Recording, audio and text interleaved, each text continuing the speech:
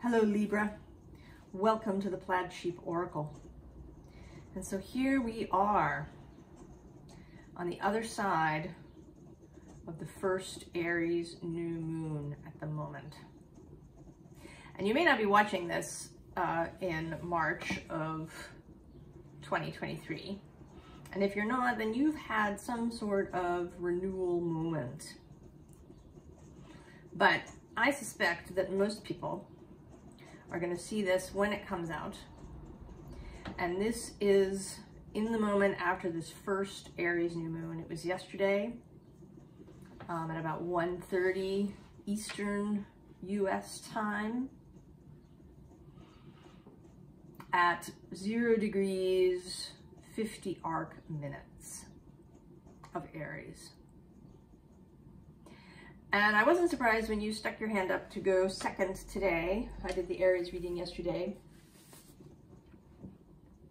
as you are directly across from this energy. So you would have felt it strongly.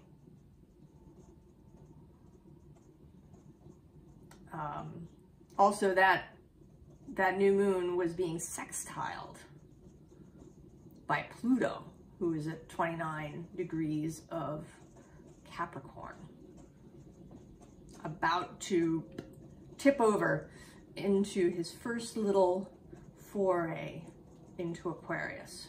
So this, and Mars, right, who rules, is the dispositor for Aries, has just, right, in the last week or so come out of his shadow space where he went back and forth during his retrograde.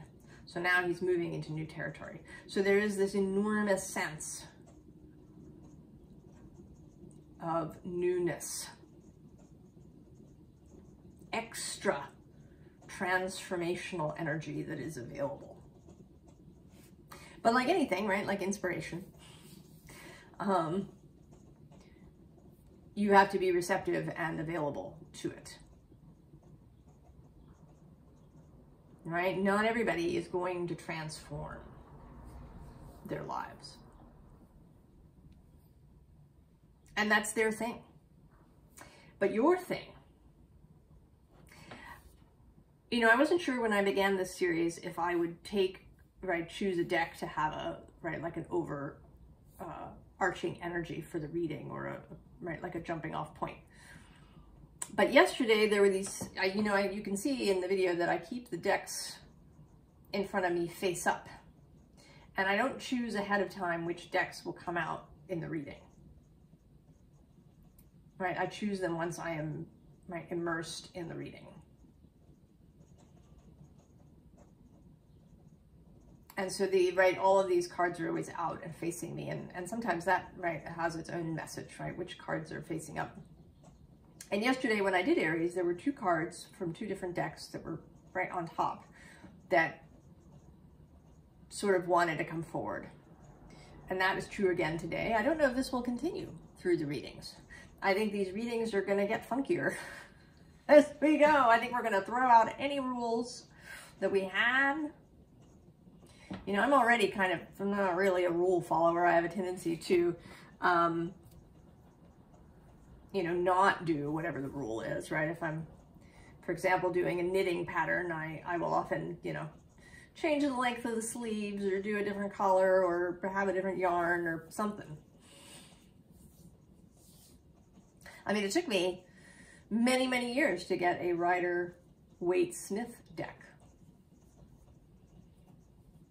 right? Because that was sort of the standard, and I, stayed away from the standard. So there may be lots of, it is my channel. So there may be, many rules about perhaps card readings or, many other things that we just toss out here. So I don't know if this choosing cards will continue. We'll see. But the first card that wanted to come out for you is this Jump In. Also very, very appropriate for the moment. It says Andromedan energy, adventure, say yes to change. And something that I've discovered and this is the rub, is that if you know what you need to change, and you just think about what you need to change in your behavior, but don't actually change anything, then nothing happens, right? You have to actually change your behavior and your thinking. You actually have to do things differently. Just thinking about doing things differently is insufficient. It can be deeply satisfying, right, to spend a lot of time thinking about things. But until you actually do it, actually do things differently, right, then you're not really at that point saying yes to change. It's when you really start doing things differently. And you don't have to be perfect out of the gate, but you do have to make a start. And that comes out also in the other card that wanted to come up, which is this Three of Wands. This is traditionally an Aries card, although it's the second decan, the middle space in Aries.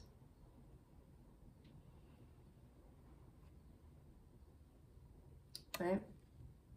In the Two of Wands, right, the Two of Wands is more of a crossroad energy or a waiting energy. Here, the third wand has arrived. And this person, right, is now ready to go.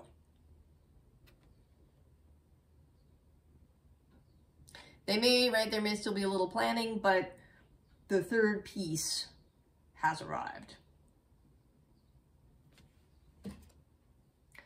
So, right, Libra, you know what you need to do. You know what behaviors and thoughts you need to change. This is not a secret for you. I think it's not a secret for anybody who's been watching these videos, right? We know what thoughts we're having that are counterproductive.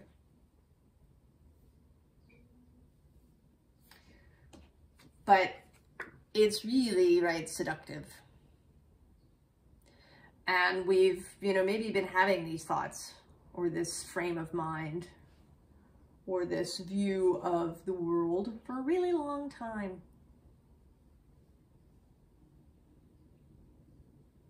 Right, a really long time. I imagine there's nobody here, probably, right, who's under 21. I mean, maybe. And if you are here, speak up. We want to know how marvelous it is that you're moving into this space at that early point in life. But I think most of us, right, are older than that. And so we've spent a lot of time in this Eight of Swords space. Much of it, perhaps unaware that we're in this Eight of Swords space.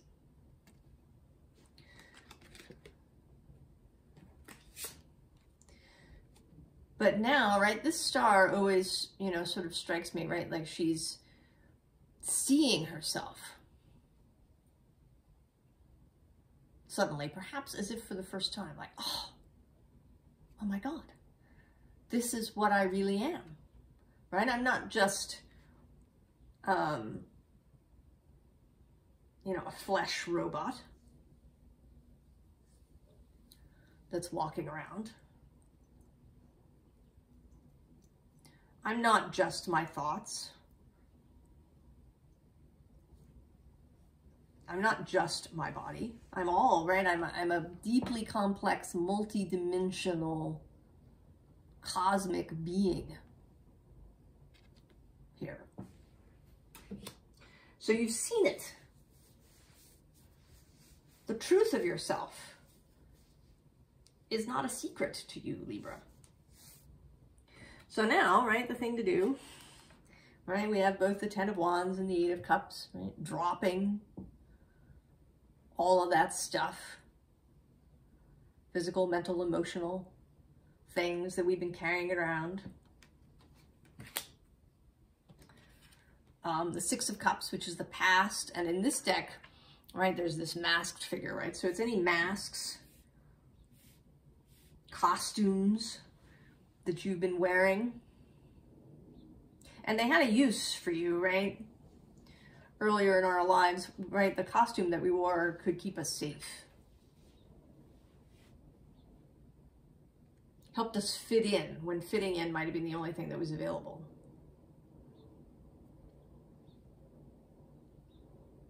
But it, you know, at some point, right, it becomes a prison.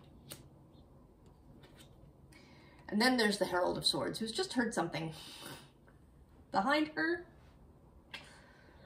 It's the signal, the trumpet sound, the call to change and action, Libra. And for you, not surprisingly, it comes down to a decision. And that's a stereotype, right, that Libras can have trouble making decisions. And it isn't, of course, always true, although I know a Libra who, you know, if you take her to a restaurant, she has deep difficulty in figuring out what she's going to order. And I have met other Libras who dither.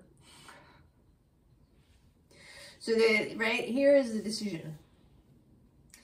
And decision number one is the Six of Cups repeats, but in this case, right, it's about taking that cup that we've been talking about. This image in various cards and forms has been arising through these readings and my own. Take, right, this cup is being offered, and here you are, right, you can choose to take it or not. And below that is, right, the Eight of Swords.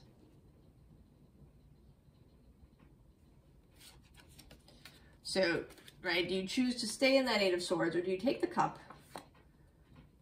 and then set off with this new pentacle, this new world that you are going to build now that you've taken your cup, right? Now that you have both accepted the cup from Source as well as the cup of your own heart, your own personal Holy Grail. Right? This knight is not going after the Grail. He already has it.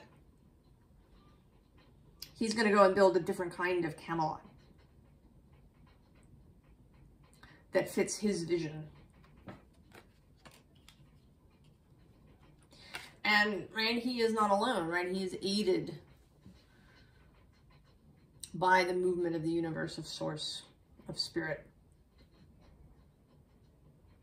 Right? When you move in alignment, when you take that step, when you really commit to the change and actually start doing things differently and not just thinking about it, then everything moves. And then we have you, Libra, Queen of Swords. Clear, decisive, discerning.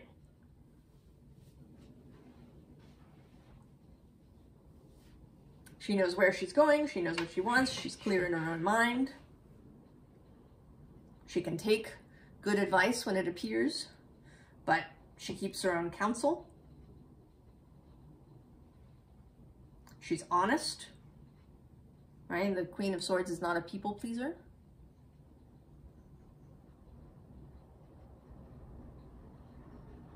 Right? She will be honest about how she feels and what she believes to be true. And she can do so, right, gently, right? If she is a mature energy.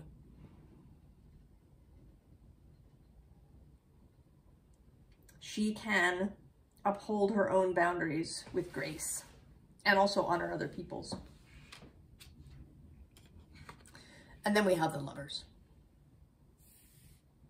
Heart-based, loving choices.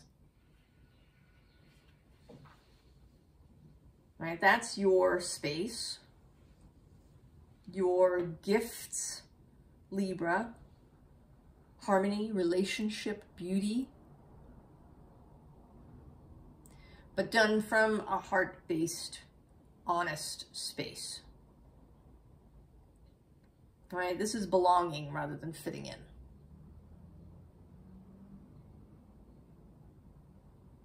This is genuine conflict resolution. and not, you know, forever compromising or people pleasing. Now, we talk a lot about compromise as being a good thing, but I am not convinced that that's actually the case. I think that it is possible for conflicts to be resolved without one party having to, you know, give up something that's really important to them just to make peace. I think one can come to win-win solutions. And I think you would have some real skill at helping people do that. Right? Because you are learning how to make your own win-win situations. And so we have the moth energy. Right, now this is sort of deeply psychic and mystical. But there's also the fact that moths, right, can get confused. Right, they're out there throwing their little bodies at porch lights.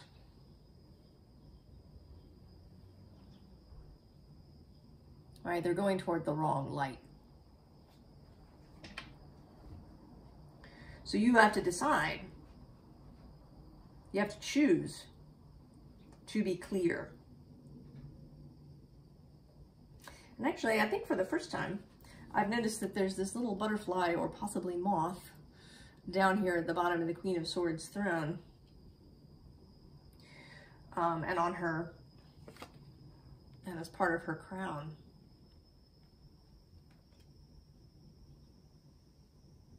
So she is the moth in clarity, right? The moth who knows that that's a porch light. And under that is judgment.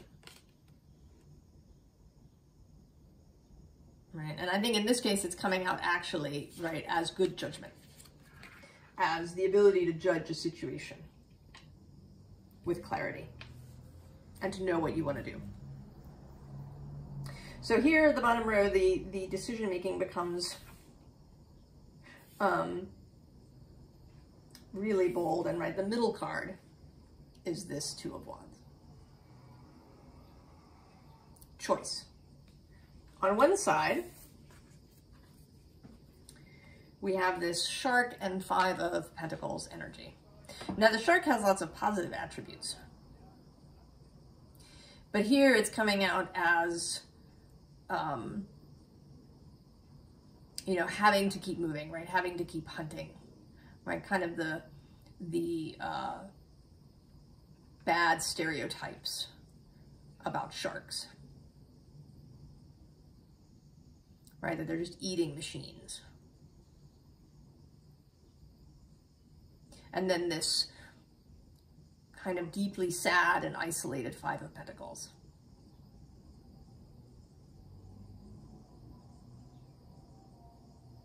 So suppressing your desires because you think that they're wrong or selfish. Keeping yourself in poverty of spirit or resources or love. Because either you don't think you deserve it, or because it's selfish, or because it might cause conflict with other people. So keeping yourself in the space, right, is half the choice, one option. And then on the other side, we have its diametric opposite, the Son of Pentacles and the Dolphin. So this building energy of the Knight of Pentacles, energetic still. I mean, the Knight of Pentacles is slow moving, but he is still youthful and powerful. He is still a mover, right? That's traditionally Virgo energy. He is of service to others. And then the Dolphin. I mean, is there any happier sea creature than the dolphin? Dolphins who play, right? Who a big part of their life is play. All right, there's an awesome video somewhere on YouTube of some scientists who made this bubble making machine, and they put it in the, right, they sank it to the sea bottom and left it there, and it would make these big giant bubbles that would come out and float, and a group of dolphins just had the best time with this bubble making machine. So this energy of creation through joy, rather than isolation and deprivation. And now is the moment, Libra. I mean, you know it. This reading is not telling you anything that you did not know. You might have been avoiding it and ignoring it and hoping that it would go away, even through this kind of dark stillness period that we went through. But the time is now. And what comes up here, right, is this static needs card. So, right, first of all, needs. What are your needs, Libra? We all have needs. And contrary to some points of view, we cannot fulfill all of our own needs. We do actually need community and other people. But what we don't need is maybe these specific people. If the specific people that you've been surrounding yourself with,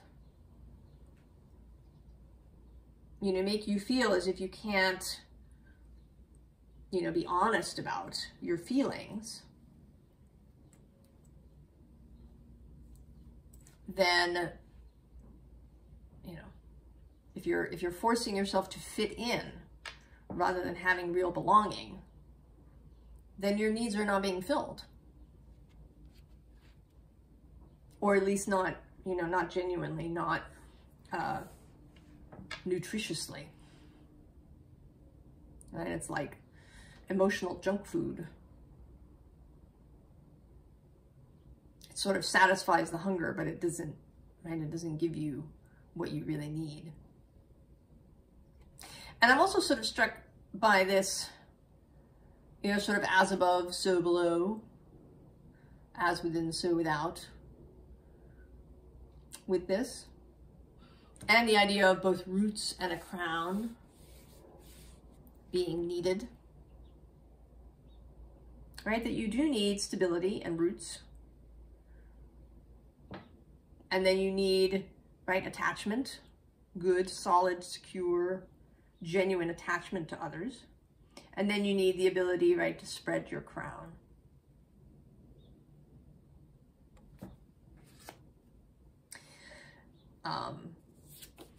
So myself, humankind, who you are, seeing yourself as human, right? With all of the, grace and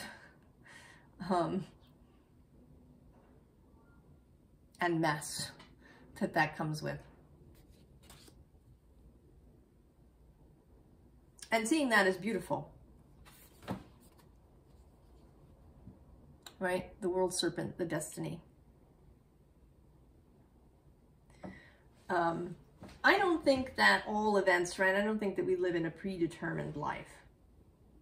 I think that there's a general kind of theme, right? There's a kind of life that we arrive here to live, right? You choose the body that you're born into, right? Choose the place where you're born and the kind of family that you have and the, what the star, right? What the astrology is in the particular moment of your birth, right? Giving you your temperament, your strengths and your weaknesses. And then you have, right, you have all of your transits that you're going to have, right, through life. We have, everybody has their Saturn return. So some things are set. This kind of general flavor. And maybe, you know, a kind of general space that you're pointing at.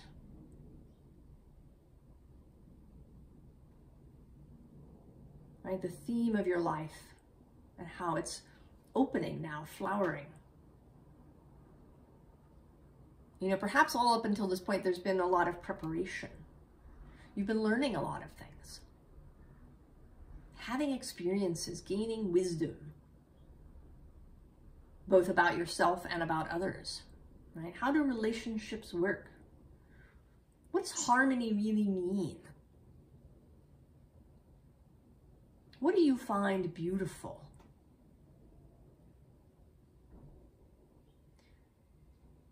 And now that is flowering open into this new chapter of your life, when you can really take all these things that you've learned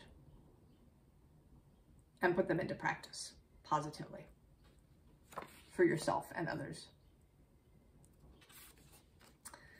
Right? And there may be doubt. Right? It may seem too grand. Is that really possible? You know, is it really possible that I'm going to kind of open like a flower into this gorgeous life where I feel love for people just openly, where I don't concern myself, right, with people's opinions about, you know, little bits of my behavior, right, where I'm, you know,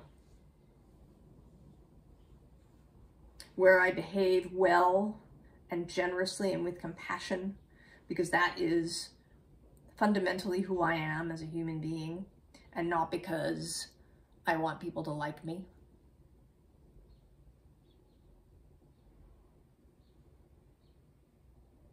That I don't need anybody else's stamp of approval that I'm a good person. Right? Does that seem too outlandish? That level of freedom that's calling from Aries?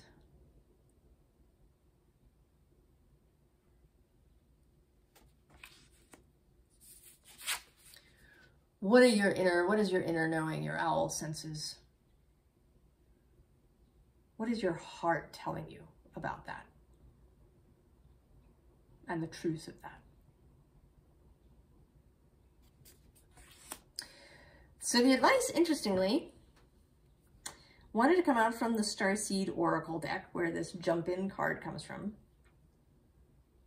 And there's only one card. Well, sort of only one card. The underlying is this Star Brothers card. Again, very Libra, right? Horus energy, protection, loyalty, safety, trust. So trusting yourself, trusting your heart, your feelings to like deliver accurate information. Trusting your invisible fellowship. Trusting your own soul. And then trusting those, right, those people around you that you have, with whom you have belonging.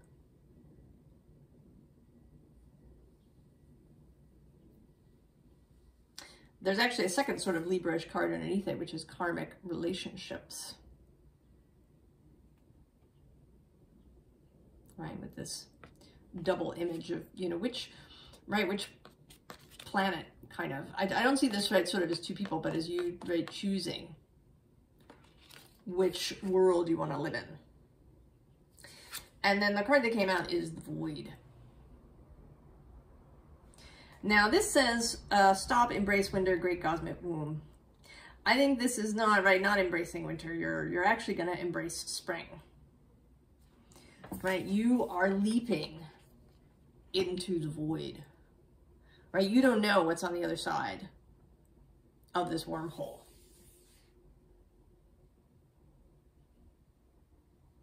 You don't know what's going to happen now when you embrace this new path. You've got your third wand, you're going to go. And that's part of the adventure, right? That's another embracing of Aries energy. Aries is like, yeah, I don't know what's going to happen. And isn't that great? There's going to be surprise and adventure and fun. So, right, you are leaping even though you don't know. Right? Embrace the void. Embrace the mystery. Embrace the adventure.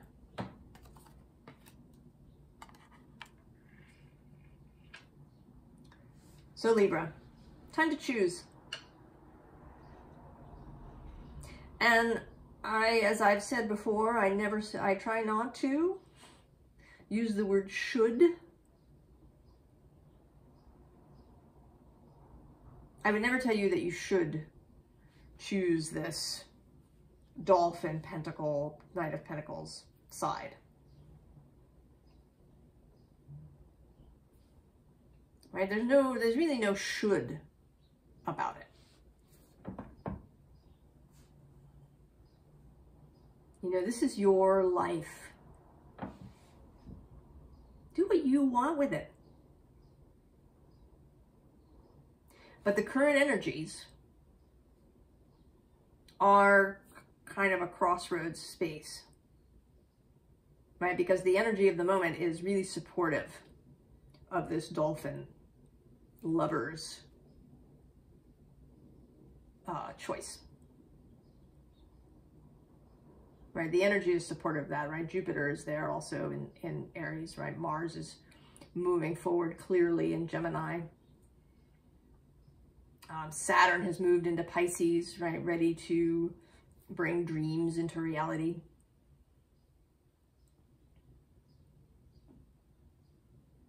So the energy is there. And if you don't choose, right? If you choose to stay where you are, then this crossroads will probably come again in your life, right? Because, you know, these openings appear and reappear.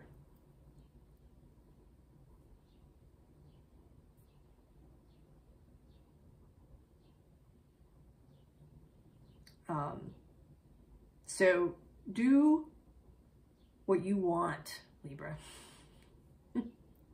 That is really it.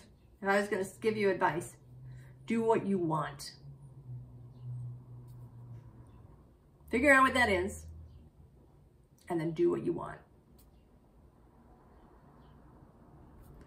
I wish you all the very best, Libra, and I will see you next time. So long.